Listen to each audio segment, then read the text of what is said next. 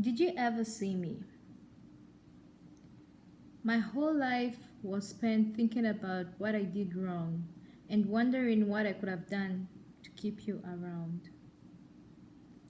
Do you have any idea what that does to a child? Do you even care? All the fake pity that I had, the stress and the pressure from peers, the self hate that was built within myself. If you had cared about me, if you had cared about anyone else but yourself, you would have at least stuck around for your child. I gave up caring and wondering why long ago. However, there is much I need to tell you. I didn't want your money. I just wanted you and to know that you cared. Where were you when the boys ran away with my heart? When I was left feeling broken and unworthy?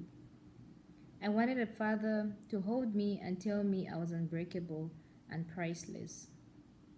I never had a father to tell me I was his little princess. You weren't there to protect me and never will be. So many years I have held on to this anger.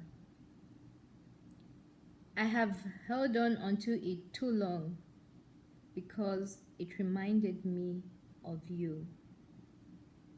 Despite the years of anger and hurt, I forgive you for, for how you left me feeling. And so then I decided to write a letter to you. Allow me to read this. Dear Daddy, it's me. I wish you were here to see what your little girl has become. Sometimes I regret looking for love in the wrong ways, hoping they would fill the space, but there is nothing like a father's place. They say I am just like you. Your attitude, your eyes, face, and everything else. I just wish you stayed a little longer so that I could have seen and learned that for myself. But you had to go. I wish you were there to treat me like the queen that I am, but I wrote this so that my future husband can understand. I love a knowledgeable man, one who will stand by the truth and never lie, one who will build me up and stick around to fight just like he is meant to protect me. If I find such and more, it will make me live a fairy tale, it would make me live a fairy tale which I would never get used to. Daddy, things have been rough. It hasn't been easy. If I could ask God for just 1 minute to see you, I would, even though I would want it to be forever.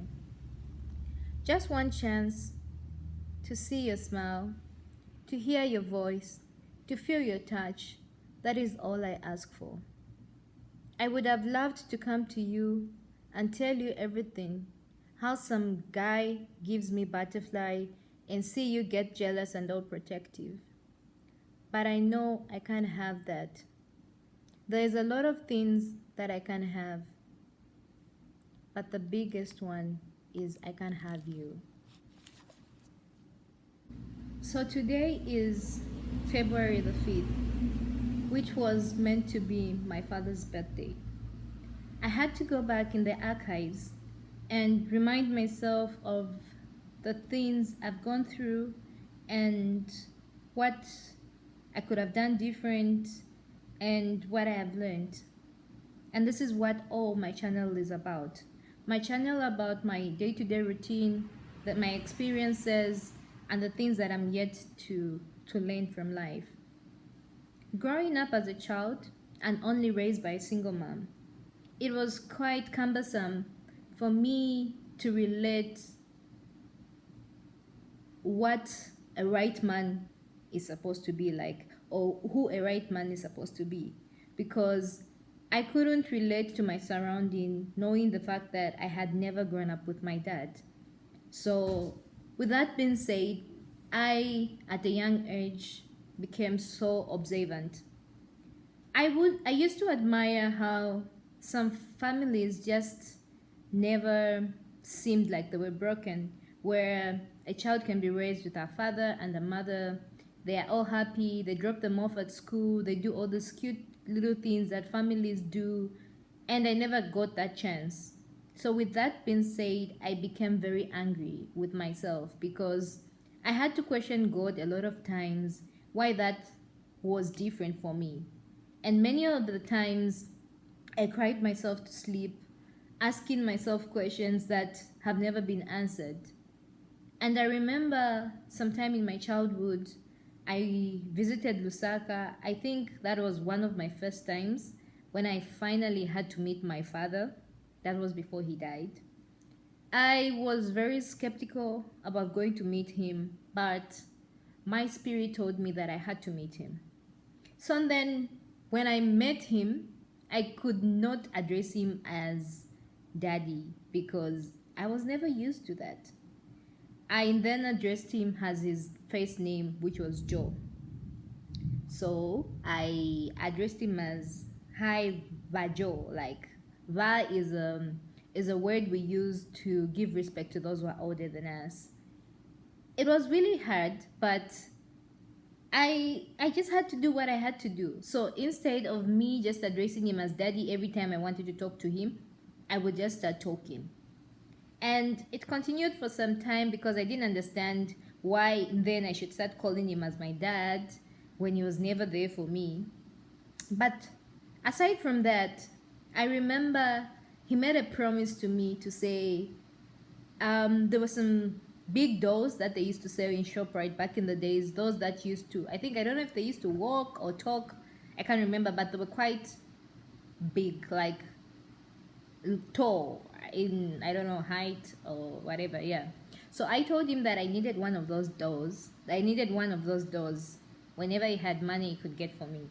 And he made a promise that he was gonna get it for me, which even up to now, I had never received that doll. So I became so angry, and from that day, I told myself that I never want to be around people that tell lies. And those of you that know me know very well how lies piss me off. I would rather you tell me the truth, and I know you for the truth, than you coming to me and lie to me. Because certain things that have happened in my life take me back to the traumas that I've had as a child. Had it not been for Christ, had it not been for me being a Christian and knowing God, I think I wouldn't have forgiven certain people, but I had to forgive them. So then I started thinking and asking relatives what they knew about him, what they remembered about him, and I found out that 50% of me, if not 100% of me, is like him. And the other side is also like my mom. So my aunties told me he used to be jovial, he used to be very, like, really handsome, and he used to like making jokes. He was multi-talented, he was an artist, he could draw things that even up to now some of his brothers learned a skill from him. I wish I had learned. I can enhance that because I feel I have it naturally. And he was helpless romantic, he was a charm, maybe maybe some of those qualities I have them. I mean, who knows, but I'm not talking about that today. So the several things that my aunties can say, and every time I'm with my aunties from that side, some people will be like, you look like them. And when I'm with my mom's side of the family, and some people will also be like, I look like them. So I wanted to know what was it that I looked like. So I checked out his photos, his old photos, and I realized that I think I do get my eyes from him. Yeah, which I really appreciate. At least I have a feature from my dad. So, with that being said, I just realized that today could have been his 48th birthday, and I have to celebrate his life. So, what is it that I've learned from an absent father that I wish shouldn't happen to my future generation? Here's it. If you are a man and you have a responsibility of taking care of a child, whether it's baby mama issues or just anyone, you're a man, you've brought a child in the world, please do not ever make promises you know you can't keep. It's best you tell the child that you can't afford it and then move on, knowing that their father can never afford it. Do not ever make a promise and you know you can't keep. And if you make a promise to go see your child, to say, I'll come and pick you up at 14, it gets us children to be very excited to say, I'm going to meet my daddy now. I'm going to have fun with my dad. We even make imaginary stories in our head, knowing that my dad is going to be there. So if you're going to make all that time and you know you won't make it for that date, don't even make it. Because what that does is it breaks our heart and it destroys our trust. And it brings a lot of problems in our growing up and everything else that comes thereafter. So stick by your word. If you're going to say, I'll call you, call. Do not postpone to say, I'll call you some other time or anything. Call your child. Be there for your child. Be there for your children, even with school activities. If they're running, if there's PTA, there's anything related to school, just be present for your child, even though you and their mother aren't together. The child needs that for positive health and the mental stability. Because if you're not going to do that, these are the adults that we have now that are going through mental issues and don't really know how to overcome that. So if you are a father and you don't know much about your child, get to know them. Take them on dates. See what different things you can do with them. Get to see the ability of your child and just love them for who you are. And this is my advice even as I celebrate my dad's life. I wish you were here to see who I've really become and the woman that I'm becoming. And not only that, to see some of the features that I've learned and how strong I have been. There are moments when I really had some good news that I thought I could have shared with you, but I never got that chance because you were never there for me. But I'm not here to judge you because I went back in the past and I had to forgive you. I have forgiven my dad for everything that he has done.